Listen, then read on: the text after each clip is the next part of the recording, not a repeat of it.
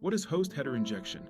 It's a web security vulnerability where attackers manipulate the HTTP host header, which specifies the domain or IP and requests, to redirect users to malicious sites, posing a significant threat to web applications hosting multiple sites on the same server. This vulnerability arises when a web server blindly trusts the HTTP host header sent by the client, using it without validation to direct requests to the correct website or application.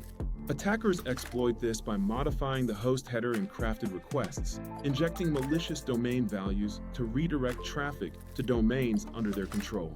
Attackers commonly use tools like Telnet or curl to manually set the host header to arbitrary malicious values, effectively bypassing inadequate validation mechanisms on the server. They might also bypass protections by adding spaces before the domain name or injecting alternative headers like xforwarded host to deceive the server's parsing logic. Some HTTP proxy chains or parsers accept duplicate host headers, enabling attackers to send a legitimate one followed by a malicious one, exploiting differing interpretations between front-end and back-end servers.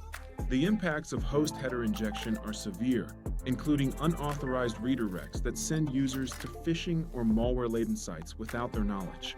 Web cache poisoning occurs when attackers trick caching systems into storing pages generated with a malicious host header, serving poison content to other users due to discrepancies between cache keys and application response logic.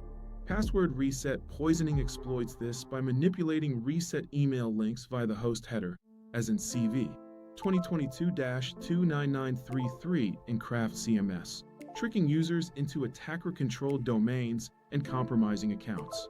Website impersonation through phishing uses manipulated host headers to create deceptive sites mimicking legitimate ones, capturing credentials and sensitive user data. Server-side request forgery, or SSRF, leverages host header injection to force unauthorized requests to internal services, such as in blind SSRF cases via xforwarded host, accessing sensitive data.